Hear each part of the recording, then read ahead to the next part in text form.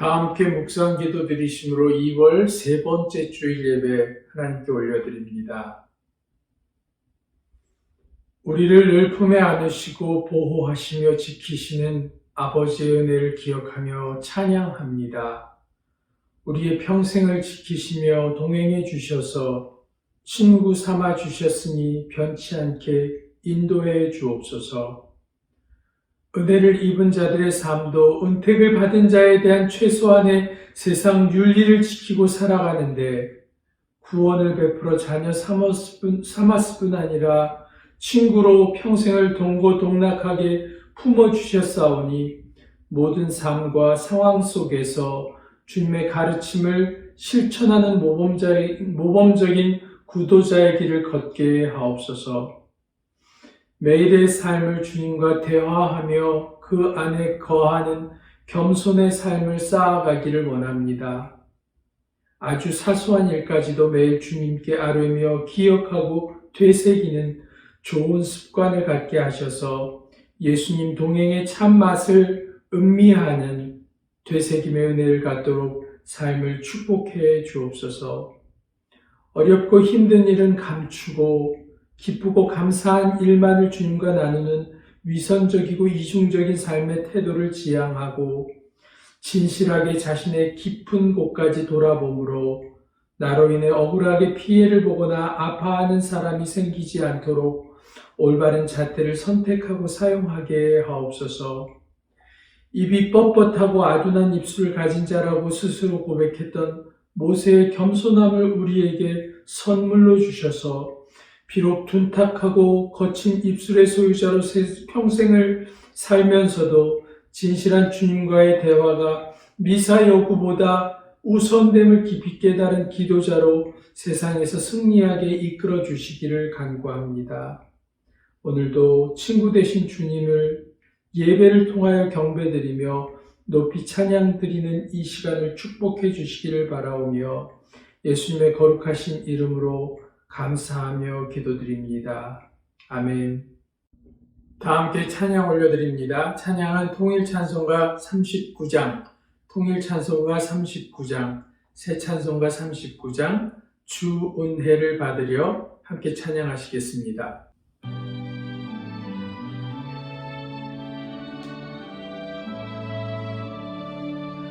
주 은혜를 받으려 모여온도들 주 크신 뜻 깨닫게 하옵소서.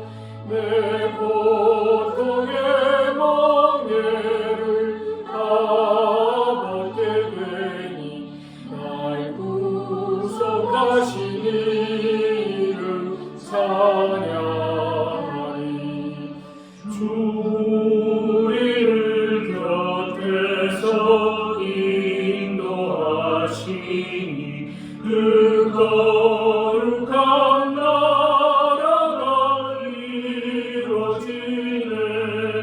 저 마귀와 싸워서 늘 승리하니 그 영광 주께 돌려 찬양하리.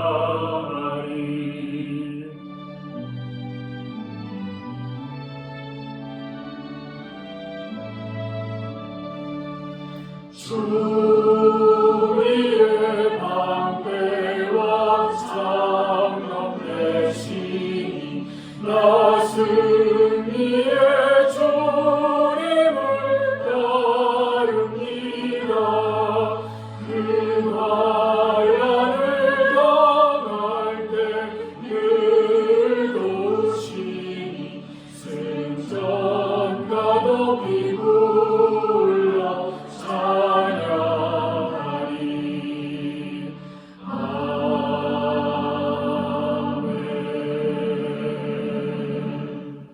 다 함께 찬양하시겠습니다. 찬양은 통일찬송가 349장, 통일찬송가 349장, 새찬송가 214장, 나 주의 도움받고자 함께 찬양하시겠습니다.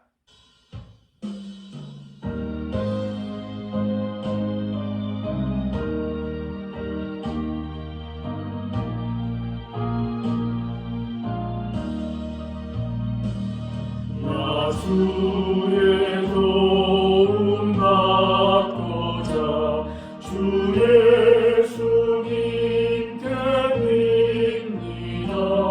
그 구원하라 하시사 날 받아주소서. 내 모습 이대로 주 받아주소서.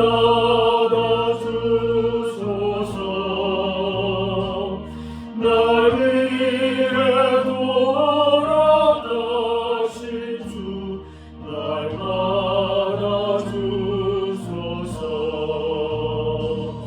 그 죄에 빠져 영죽을 날 위해 피 흘렸으니 주 형상대로 믿으사 날 받아주소서. 내 모습 이대로 주 받아주소서. 날 위해 돌아가신 주 날 받아주소서. 내 힘과 결심 약하여 늘 깨어지기 쉬우니 주 이름으로 구원해 날 받아주소서. 내 모습 이대로 주 받아주소서. 날 위해 돌아가신 주 날 받아주소서.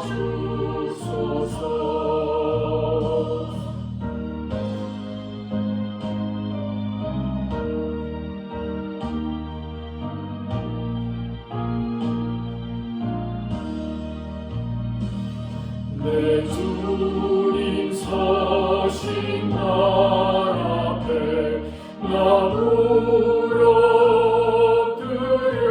무릎드렸으니 그 크신 역사 이루게 날 받아주소서.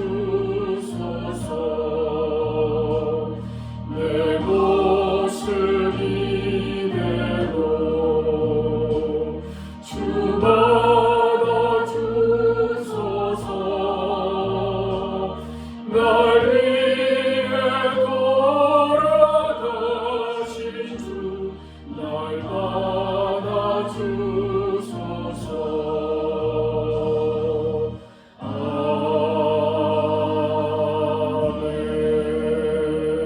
아멘. 다 함께 교동문 낭독하시겠습니다. 교동문은 124번 사순절 첫 번째 주일 말씀입니다. 124번 사순절 첫 번째 주일 말씀입니다. 내 하나님이여 내 하나님이여 어찌 나를 버리셨나이까. 어찌 나를 멀리하여 돕지 아니하시오며 내 신음소리를 듣지 아니하시나이까. 내 하나님이여 내가 낮에도 부르짖고 밤에도 잠잠하지 아니하오나 응답하지 아니하시나이다. 이스라엘의 찬송 중에 계시는 주여 주는 거룩하시니이다. 우리 조상들이 주께 의뢰하고 의뢰하였으므로 그들을 건지셨나이다. 그들이 주께 부르짖어 구원을 얻고 주께 의뢰하여 수치를 당하지 아니하였나이다. 나를 멀리하지 마옵소서. 환난이 가까우나 도울 자 없나이다. 악한 무리가 나를 둘러 내 수족을 찔렀나이다. 내가 내 모든 뼈를 셀 수 있나이다. 그들이 나를 주목하여 보고 내 겉옷을 나누며 속옷을 제비 뽑나이다. 여호와여 멀리하지 마옵소서. 나의 힘이시여 속히 나를 도우소서. 나를 사자의 입에서 구하소서. 주께서 내게 응답하시고 들소의 뿔에서 구원하셨나이다. 내가 주의 이름을 형제에게 선포하고 회중 가운데에서 주를 찬송하리이다. 여호와를 두려워하는 너희여 그를 찬송할지어다. 야곱의 모든 자손이여 그에게 영광을 돌릴지어다. 너희 이스라엘 모든 자손이여 그를 경외할지어다. 아멘. 교회 소식 알려드립니다. 러빙일교회 영상예배 참석하신 모든 분들 주님의 사랑으로 환영합니다. 사순절 기간이 시작되었습니다. 주님께서 십자가에서 당하신 고난을 묵상하며 거룩한 시간 보내시면 감사하겠습니다. 당분간 하나님께 드리는 예물은 개인 체크 사용하셔서 우편으로 보내주시면 감사하겠습니다. 기도 제목 나눕니다. 교회 일정은 3월 28일 종료주일, 4월 2일 성금요일, 4월 4일이 이번엔 부활주일로 지키게 됩니다. 교회 기도 제목 나눕니다. 2021년 러빙힐 교회에 나아갈 길을 인도해 주시기 위해서 코로나19 사태가 속히 회복되기 위해서 함께 기도해 주시면 감사하겠습니다. 예물 드리겠습니다. 기도하겠습니다. 하나님 아버지 감사합니다.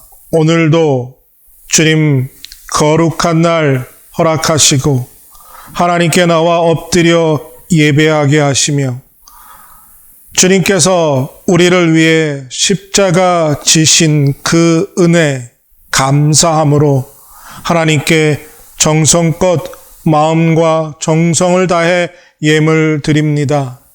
주님, 사랑하는 성도들이 드린 이 귀한 예물 흠양하여 주시고 귀히 사용하여 주시되 특별히 그리스도가 우리를 위해 십자가에서 죽으시고 피 흘려 주심으로 그 보혈의 피값으로 우리가 구원받은 사실이 땅끝까지 전파되는 곳에 이 예물들이 귀히 쓰임 있게 하여 주시옵소서. 또한 몸된 교회에 쓰임 있게 하시고 부족함도 모자람도 없게 하시며 깨끗하고 아름답게 정말 귀한 곳에 쓰이는 예물이 되게 하여 주시옵고 부족함도 모자람도 없이 풍성히 넉넉히 채워 주시옵소서. 코로나 사태로 인해 참 힘들고 어려운 상황이지만 하나님의 은혜에 감사하여 드린 성도들을 그 마음을 귀히 여기시고 하나님께서 복 주시고 은혜 주시어서 삶의 여러 가지 힘들고 어려운 순간 속에서 지켜주시는 은혜, 그리고 그 문제들이 해결되는 은혜를 허락하여 주시어서 곰핍하지 않게 하시고 풍성하게 채워주시는 은혜를 누리는 성도들이 되게 하여 주시옵소서. 하나님, 성도들의 간구의 기도의 제목들 주님께서 날마다 듣고 계신 줄로 믿습니다. 하나님의 때에 하나님의 방법대로 아름답게 응답하여 주시고 날마다 주님과 동행함으로 주님 앞에 더욱 가까이 나아감으로 믿음이 자라고 믿음이 단단하여져 정말 믿음의 귀한 용사들로 쓰임받는 성도들 될 수 있도록 하나님 도와 주시옵소서. 몸된 교회도 하나님께서 지키시고 정말 하나님께서 교회로서의 사명을 감당할 수 있도록 교회를 하나님께서 든든히 세워 주시옵소서. 코로나 사태가 속히 종식되게 하시고 세상이 하나님 앞에 다시 한번 돌아오는 역사가 나타나게 하시고 미국이 하나님께서 지으신 나라, 하나님께서 세우신 나라, 그 청교도의 신앙을 회복하고 온전히 살아가는 나라로 되어갈 수 있도록 하나님 은혜를 더해 주시옵소서. 오늘도 비록 떨어져서 영상으로 예배하지만 하나님께서 같은 은혜로 채워주시기를 간절히 소원하옵고 감사드리며 예수님의 이름으로 기도드립니다. 아멘. 네, 오늘 성경 말씀은 사도행전 16장 11절부터 15절까지 말씀입니다.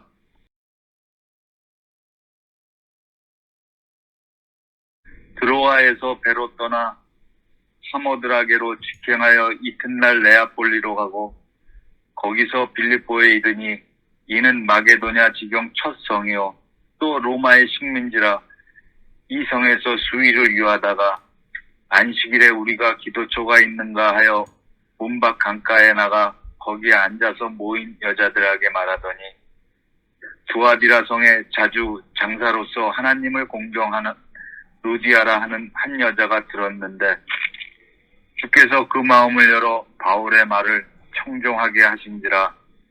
저와 그 집이 다 세례를 받고 우리에게 청하여 가로되 만일 나를 주 믿는 자로 알거든 내 집에 들어와 유하라 하고 강권하여 있게 하니라. 오늘도 이 시간 살아계신 하나님께서 말씀 가운데 우리에게 깨닫는 은혜 주시고 성령께서 우리에게 조명해 주셔서 말씀에 사로잡히는 은혜, 그리고 그 말씀 가운데 살아가는 삶의 변화를, 믿음이 단단해지는 은혜를 우리 모두에게 부어주시기를 바라고 또 축복합니다. 지난주 눈이 오고 또 아이스가 오는 가운데도 하나님이 지켜주시고 또 오늘은 이렇게 맑고 환한 화창한 날을 주심을 또 감사드리고, 여러분들 이제 봄이 가까워오고 있습니다. 더욱 여러분들의 정말 건강을 챙기시고 또 활기 있게, 활력 있게 생활하며 더욱 앞으로 나아가는 우리 모두가 되기를 바랍니다. 성경에 보면 또 교회사 역사를 보면 절대 용서받을 수 없을 것 같았던 그런 죄인들이 회심하는 놀라운 이야기들이 가득 담겨져 있습니다. 정말 많은 사람들이 놀라운 역사 속에서 하나님을 만나고 회심하고 삶의 변화를 이루어 가는 것들을 보면 교회사가 참 아름답게 기록되어졌다라고 깨닫게 됩니다. 복음의 능력이 없었다면 어떻게 그런 죄인들이 회심하고 예수 그리스도를 믿을 수 있었겠습니까? 복음의 능력이 있었기 때문에 그 일들이 가능했던 것입니다.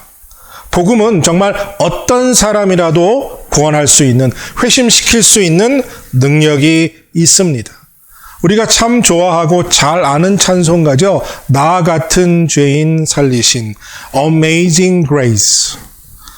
DC에 있는 바이블 뮤지엄에도 이 곡의 주인공인 작사가인 존 뉴턴의 그 모형들과 그의 역사들이 기록되어 있는 관이 준비되어 있는데요.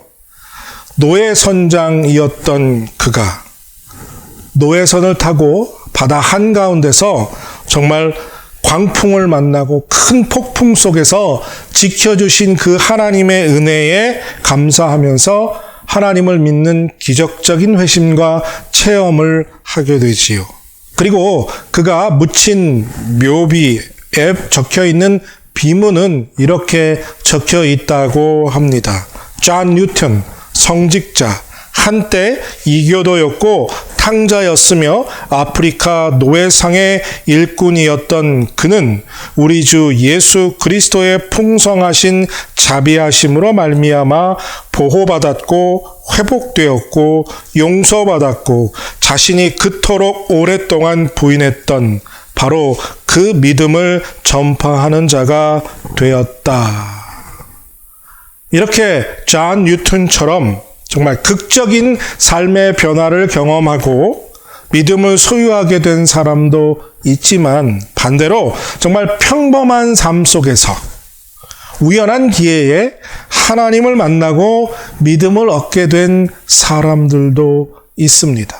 마치 롤러코스터 타듯이 하루아침에 업앤다운을 경험한 사람도 있지만 늘 평범한 모습 속에서 예수님을 믿고 예수님의 살아가는 사람들로 많이 있다는 거죠. 오늘은 루디아의 믿음이라는 제목으로 말씀을 나누면서 성령께서 우리 안에 큰 은혜와 또 믿음을 부어주시기를 바라고 또 축복합니다.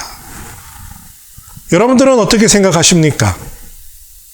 삶의 극적인 변화를 통해서 믿음을 가진 사람과 그냥 평범한 일상 속에서 큰 탈 없이 늘 지내면서 예수님을 믿게 된 사람. 분명하진 않지만 이 두 부류의 사람들 중에 어떤 부류의 사람이 훨씬 더 단단하고 반석과 같은 믿음을 가지고 있을까요? 신약성경 27권 중에 13권을 기록한 사도 바울.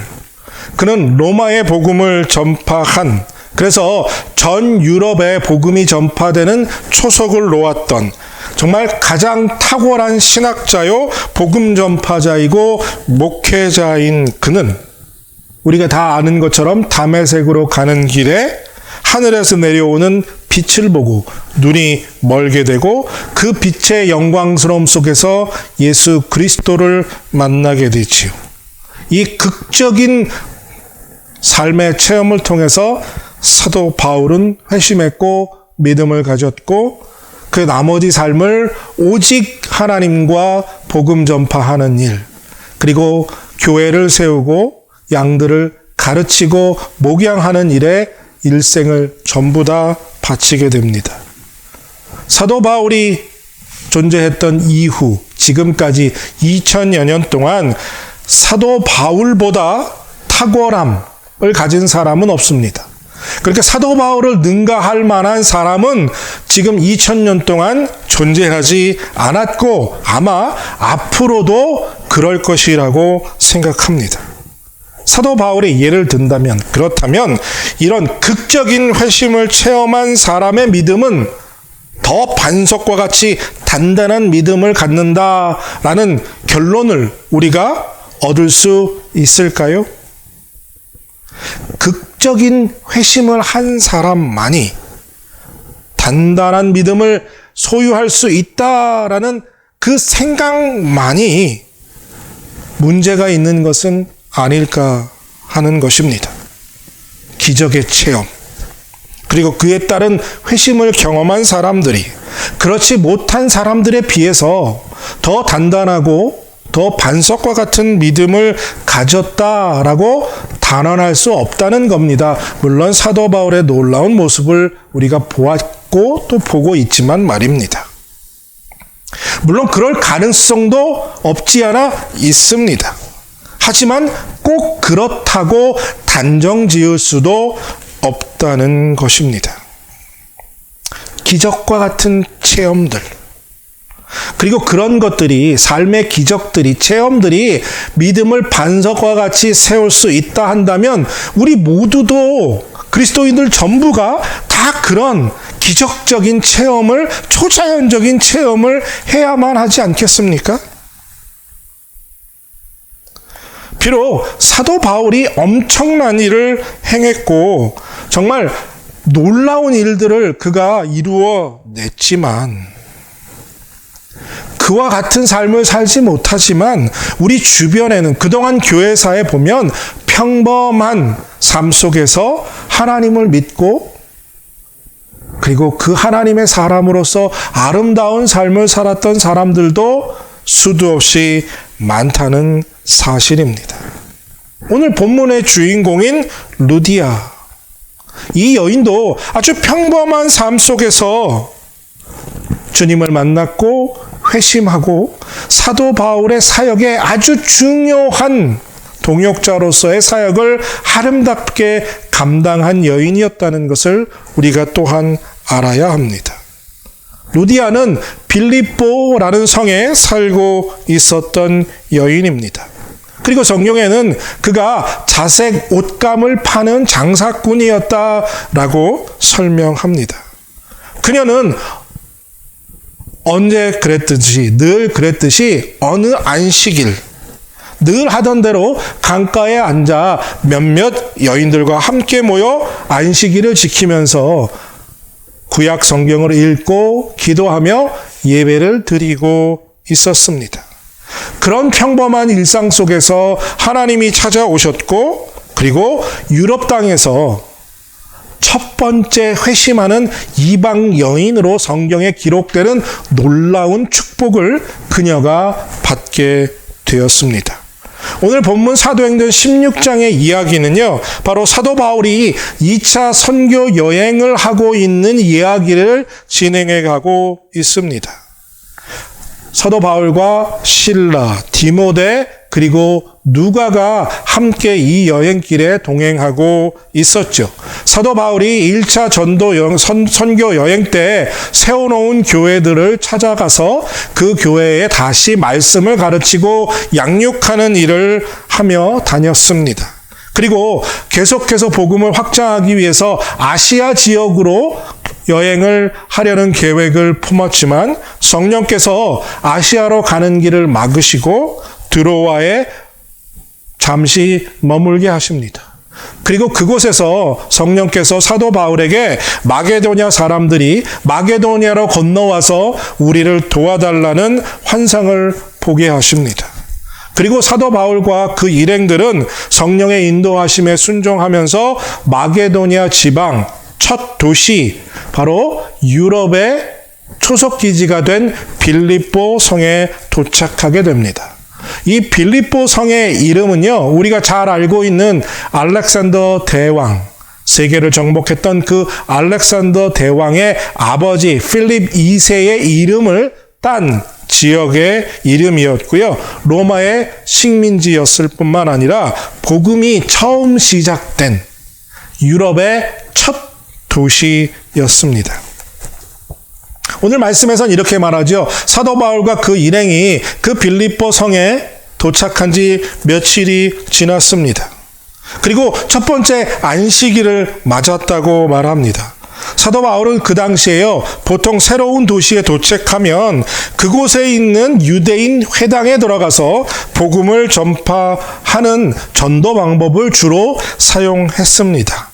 왜냐하면 유대인 대부분들이 사도 바울을 그래도 유대인의 선생으로 인정했기 때문에 그들과 대화를 하고 그 대화 가운데 복음을 전파하는 일이 훨씬 효율적이었기 때문입니다.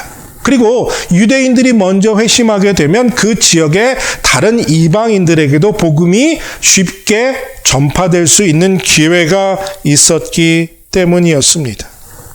근데 우리가 아는 것은요, 유대인들의 회당이 세워지기 위해서는 그 지역에 그 유대인 가장, 집안의 가장 남자가 최소한 10명은 있어야 그 지역에 유대인 회당을 세울 수 있었습니다.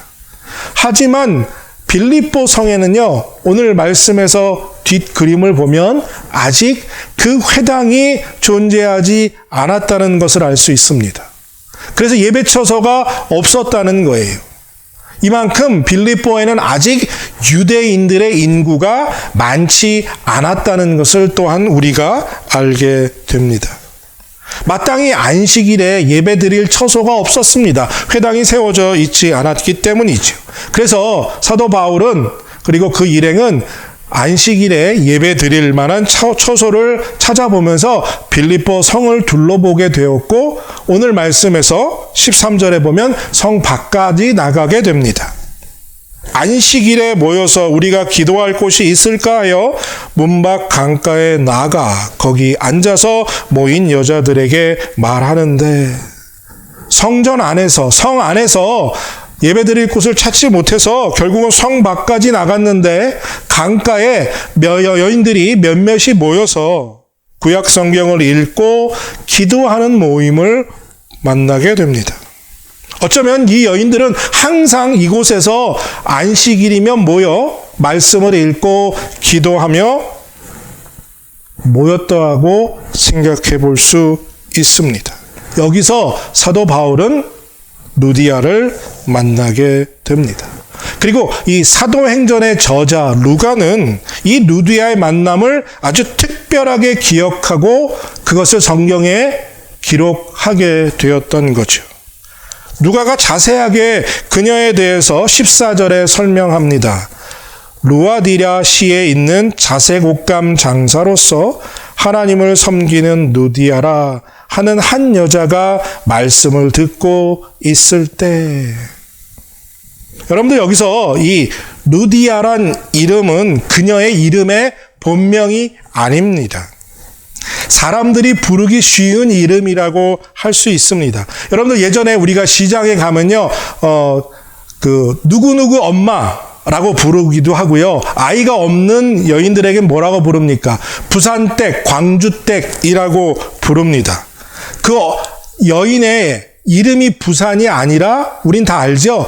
그분이 부산에서 오신 분이기 때문에 부르기 쉽게 부산댁, 광주댁 이렇게 불렀던 거죠. 그러니까 루디아는요, 루아디랴라는 성, 시에서 원래 그곳에 살고 있던 여인인데 이곳에 와서 사람들이 부르기 편하게 루디아라 불렀던 겁니다. 그러니까 이 루디아라는 이름은 본명이 아니라는 거예요. 그러니까 우리가 이 여인의 본명조차도 잘 모른다는 겁니다. 하지만 그녀에 대해서 우리가 아는 것은 그녀가 자주색 옷감을 파는 장사꾼이었다라는 거죠. 여러분, 고대 시대에 천을 자주색으로 염색하기 위해서 이 사용된 염료가 아주 고급이었고 값비싼 것이었습니다. 그래서 일반인들은 이 자주색 천 옷을 입거나 걸칠 수가 없었고요. 왕실이나 아주 부자들만 이 자주색 옷을 입을 수 있었습니다. 그래서 여러분들 기억을 좀 되짚어 보면요. 로마 시대의 그런 오래된 고전 영화를 보게 되면, 남자들도 자주색으로 이렇게 망토 같은 거 걸쳐서 이렇게 손에 걸고 다니지요. 이것이 바로 부의 상징이고 자기의 권력의 상징이었기 때문에 아주 값비싼 천으로 취급받았다는 것이 바로 이 자주색 천이었습니다. 따라서 이 자주색 천을 판매할 때 엄청난 이윤을 가질 수 있는 아주 부가가치가 높은 사업이었지요. 그래서 이 오늘 본문에 나오는 루디아는요, 부유했고 아주 큰 집을 소유한 그 지역에서는 유지라고 할 수 있는 부자 중에 한 사람이었습니다. 그리고 결국 그녀의 집은 빌립보 교회를 위한 공간으로 나중에 사용되게 됩니다. 그러니까 우리가 본명도 잘 모르는 이 여인 루디아가 유럽의 첫 번째 회심자였고 유럽의 첫 교회가 그녀의 집에서 시작되었습니다. 그러니까 엄청난 영적인 복을 받은 사람이라는 거죠.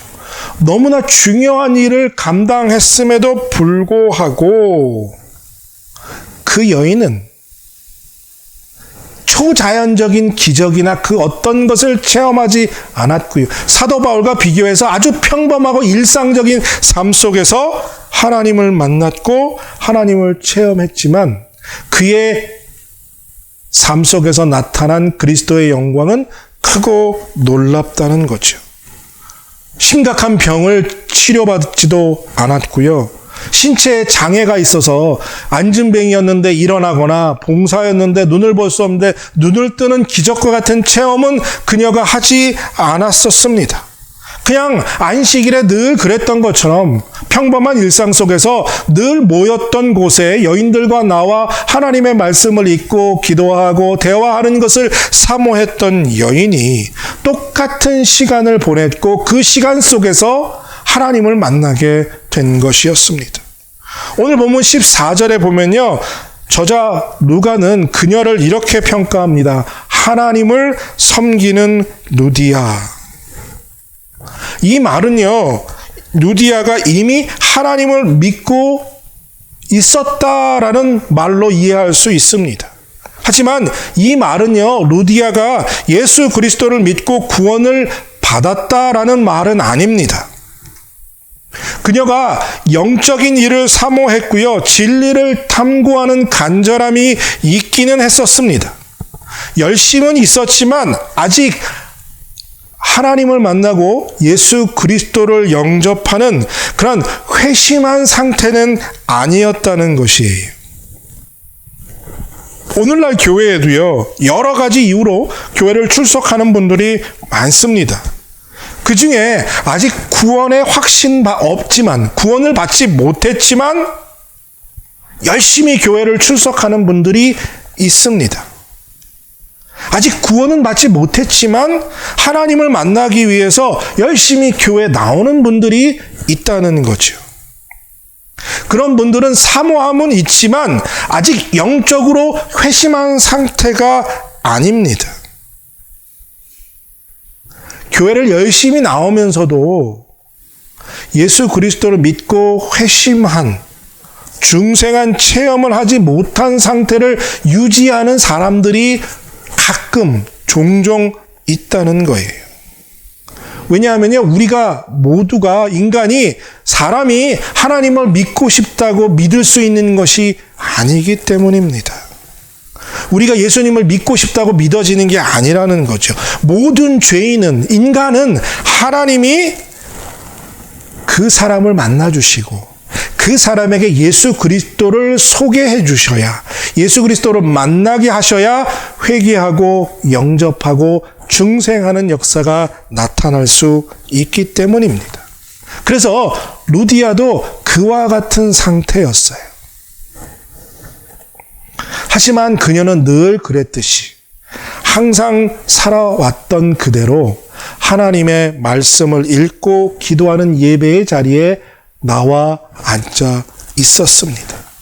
그래서 오늘 본문 14절을 다시 한번 자세히 읽어보면 루아디랴 시에 있는 자색 옷감 장사로서 하나님을 섬기는 루디아라 하는 한 여자가 말을 듣고 있을 때에 주께서 그 마음을 열어 바울의 말을 따르게 하신지라.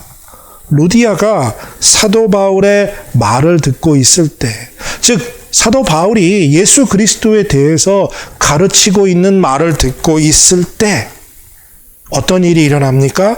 주께서 마음을 열어 바울의 말을 따르게 하신지라. 이 말은 하나님께서 그의 마음을 열어 깨닫게 하셔서 사도 바울의 말이 이해되게 했다라는 거예요. 그러니까 믿음이 단단해지는 핵심은 뭡니까? 주님이 마음을 열어주실 때 이 일이 일어나게 된다는 거예요. 그래서 믿음은 성령 하나님이 우리의 마음을 열어주실 때 단단해진다는 거예요. 그러니까 우리가 열심히 한다고 되어지는 것이 아니라 하나님께서 우리의 마음을 열어 말씀을 깨닫게 하시고 말씀의 은혜를 누리게 하실 때 우리의 믿음이 단단해진다는 거예요. 교회 안에 많은 사람들이 교회를 출석하지만 아직도 교회 안에 구원받지 못한 사람들이 있습니다. 영적인 일을 사모하고 있지만 아직 구원의 확신, 회심과 중생의 체험을 하지 못한 분들이 교회 안에 있습니다. 우리는 이런 분들을 구도자라, seeker라고 부를 수 있습니다. 교회에 열심히 나오고요. 하나님의 일도 열심히 합니다. 하지만 회심을 경험하고 중생함으로 예수 그리스도를 믿고 하나님의 자녀가 되어 그분을 하나님을 주인으로 모시고 살지 못하는 교인들이 아직도 많은 교회 안에 있다는 거예요. 어떻게 이런 생각할 수 있죠? 아니 어떻게 그렇게 열심히 교회를 섬기고 하나님의 일을 사모하고 그리고 교회를 위해서 사는데 구원의 확신을 갖지 못했을까? 왜냐하면요, 구원은 우리가 쟁취하는 것이 아니라 하나님이 주시는 것이기 때문이라는 사실이에요. 요한복음 6장 44절을 보면요, 나를 보내신 아버지께서 이끌지 아니하시면 아무도 내게 올 수 없으니 오는 그를 내가 마지막 날에 다시 살리리라. 여러분들 이 말씀을 잘 들어보시기 바랍니다. 하나님 아버지께서 이끌지 않으시면, 인도하지 않으시면, 허락하지 않으시면 예수님께로 나아갈 수 있는 사람이 없다는 거예요. 분명한 것은 하나님의 전적인 은혜가 없으면 그 누구도 예수 그리스도를 믿을 수 없다는 겁니다. 하나님께서 은혜 주시고 믿음 주셔야 예수님을 믿을 수 있는 것이죠. 하지만 우리 주변에 복음을 듣지 못했고 아직 회심과 중생을 체험하지 못했지만 하나님을 열심히 찾는 분들이 종종 있어요. 아무리 열심히 해도 소용이 없다면 하나님 찾아봐도 하나님이 허락하지 않으시면 그 열심히 무슨 소용이 있겠느냐라고 라고 말하실지도 모릅니다. 왜요? 조금 전에 읽은 요한복음 6장 44절의 말씀처럼 하나님 아버지가 이끌지 않으시면 하나님께로, 예수님께로 나아갈 수 있는 자가 없기 때문에 말입니다. 그 열심이 아무 소용이 없느냐? 그렇지 않습니다. 우리의 열심은 무의미한 것으로 끝나지 않는다는 거예요. 하나님의 때가 되면 하나님이 은혜를 주시고 누디아처럼 그 마음을 열어 하나님이 빛을 비춰 조명해 주심으로 말씀을 깨닫고 회개하고 중생하는 역사를 체험하게 될 줄로 믿습니다. 이 열심, 우리가 은혜의 자리를 찾아 나가 앉아 있는 것, 이것이 엄청나게 중요하다는 것을 바로 오늘 본문에서 루디아를 통해 우리가 깨닫게 됩니다. 루디아는요, 그냥 안식일마다 평소에 하던 대로 늘 그 강가에 나아가서 말씀을 읽고 기도했습니다. 사도 바울이 그 도시에 찾아왔고, 그리고 그녀들이 모인 그곳으로 찾아올 것이라는 그 어떤 기대감도 상상도 하지 못한 일이었지요. 만약 루디아가요, 그 전날 천 염색하는 일을 너무 많이 해서, 주문이 너무 많이 들어와서 너무 일을 많이 해서 피곤하고, 그래서 아무것도 하기 싫고 귀찮아서, 오늘은 그냥 집에 있고 싶어. 그냥 내 마음이 오늘 그냥 거기 안 나가고 내 마음에 그냥 귀찮으니까 집에 있고 싶어라는 기분에 휩쓸려서 강가에 나아가지 않았고 집에 있었다면, 아니면 장사를 위해서 거래처, 귀족을 만나기 위해서 그 시간에 그 강가에 나가지 않고 다른 귀족을 만나고 있었다면, 그녀는 사도 바울을 만나지 못했을 것입니다. 물론 약속한 것도 기대한 것도 아니었어요. 그날 그 시간 그 자리에 없었다면, 그 자리가 은혜의 자리가 될지 몰랐다면, 늘 일상 속에서 그랬던 것처럼 그 모든 것은 알지 못하고 그 자리가 어떤 자리일지도 모르지만 그녀는 그냥 항상 하던 대로 평범한 일상 속에서 그 자리에 나아가 있었다는 거예요. 물론 그 자리에서 초자연적인 기적이 일어나지 않았고요. 다른 여인들과 하나님의 말씀을 읽고 기도하는 그러한 그 시간만을 사모했습니다. 루디아가 만약 그날 그 자리에 나가지 않아서 사도 바울을 만나지 못했다면 예수 그리스도에 대해서 듣지 못했을 것이고, 회심하고 중생하는 체험을 다시 할 기회를 얻지 못할 수도 있었을 것입니다. 또한 그녀가 그 자리에 나가지 않았다면 유럽 땅에서 첫 번째 회심한 이방 여인의 이름이 기록되어지지 않을 것이고, 빌립보 교회가 그녀의 집에서 세워지는 역사도, 그 축복도 받지 못했을 것입니다.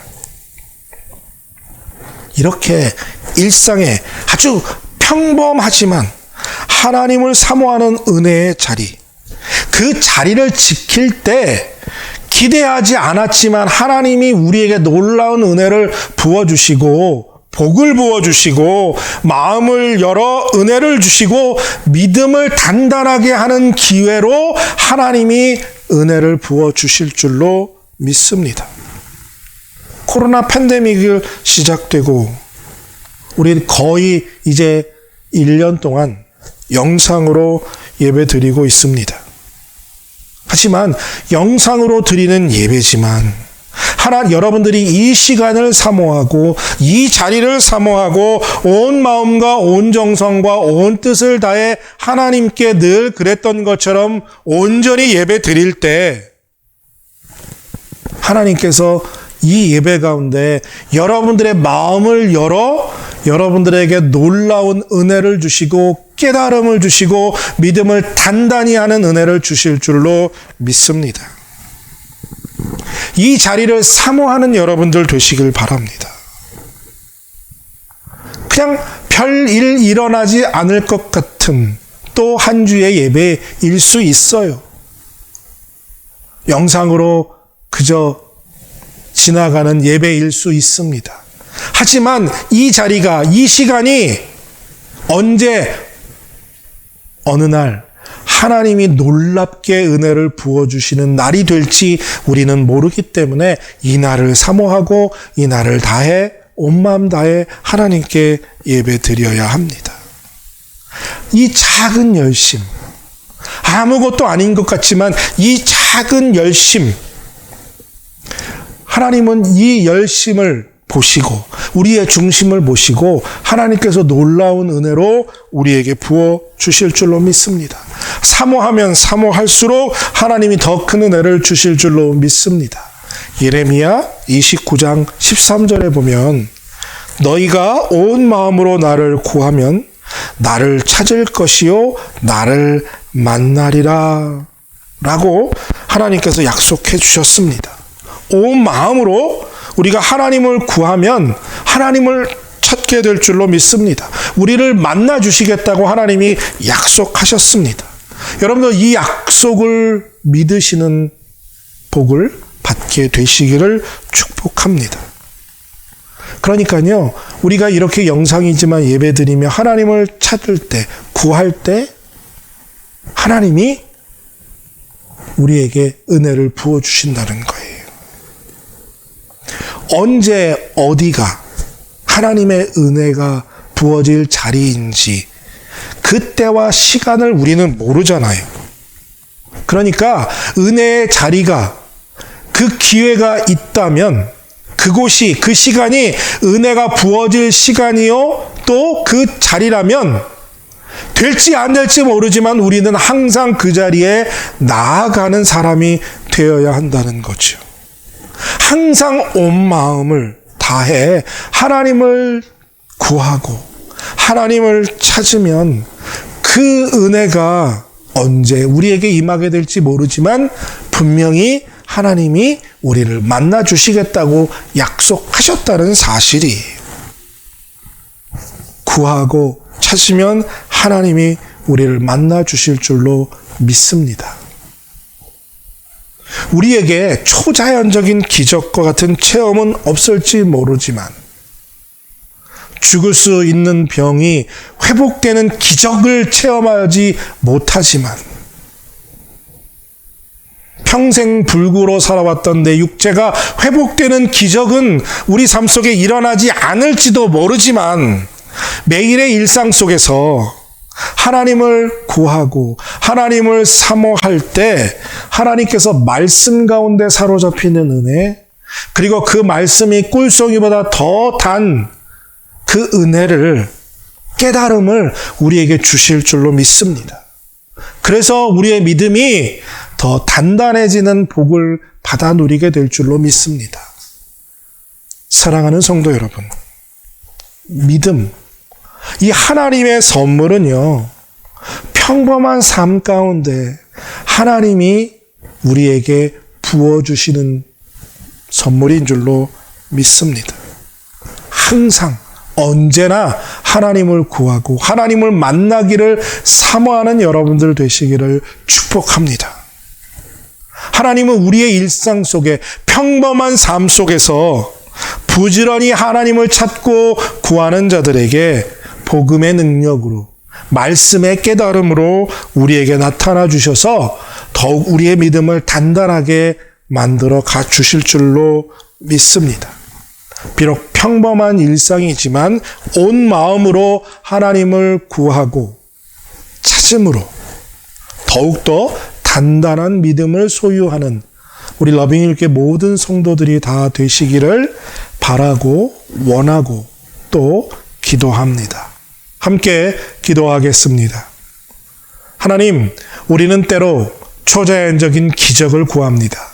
하지만 하나님은 우리에게 일상의 삶 속에서, 평범함 속에서 하나님을 만나는 은혜를 주시기를 더 기뻐하심을 오늘 루디아의 삶 속에서 살펴보게 됩니다.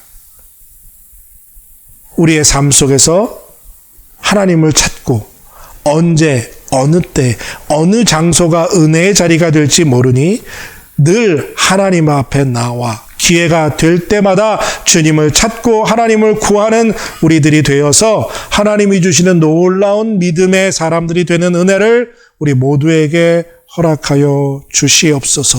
날마다 더 주님을 찾고 구하는 우리들이 되게 하여 주시기를 간절히 소원하옵고 감사드리며 예수님의 이름으로 기도드립니다. 아멘. 다 함께 결단의 찬양 하나님께 올려드립니다. 찬송은 통일찬송가 391장, 통일찬송가 391장, 새찬송가 353장, 십자가 분병되어서 다 함께 찬양하시겠습니다. 찬양 후에 목사님 나오셔서 축복기도 하심으로 예배 마치겠습니다.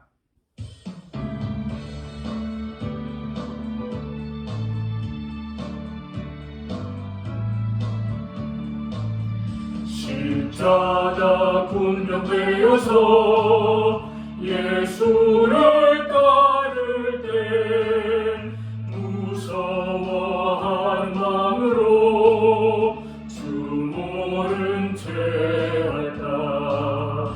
나의 주 그리스도 나를 속량했으니 나 십자가를 벗으로 저멸육왔으니 무성 높이 흘리며 큰 싸움하는데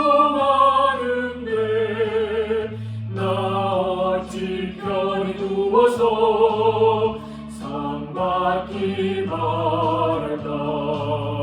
나의 주 그리스도 나를 속량했으니 나 십자가를 벗으로 저멸육왔으니 이 죄악 많은 세상에 수많은 원수들 날 유혹하고 해치나 내 주만 따르니.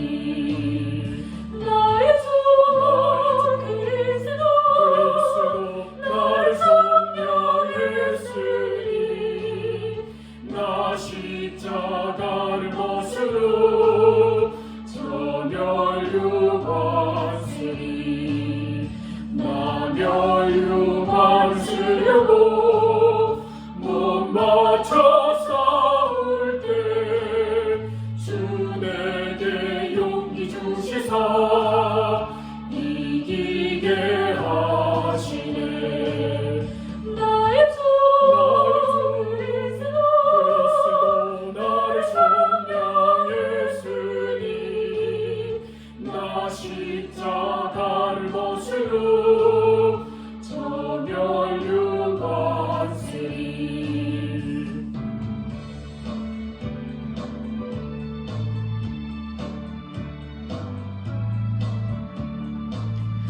승리의 그날 이르러 십자가 군병들 개가를 불러 영광을 주님께 돌리니. 나의 주 그리스도 나를 속량했으니 나 십자가를 벗으로 저멸육왔으니. 같이 기도하겠습니다. 이제는 우리를 위하여서 십자가에서 물과 피를 다 흘리며 죽기까지 우리를 사랑하여 주신 우리 주 예수 그리스도의 은혜와 하나님 아버지의 극진하신 사랑하심과 성령님의 감화교통 역사하심이 일상의 평범함 속에서 주님을 찾고 구하는 가운데 하나님이 주시는 놀라운 은혜에 사로잡혀 단단한 믿음으로 반석과 같이 이 땅에서 승리하기로 결단하고 각자의 처소에서 이 예배를 마치는 사랑하는 모든 하나님의 사람들 머리 위에 이제로부터 영원토록 함께 하시길 간절히 축원하옵나이다. 아멘.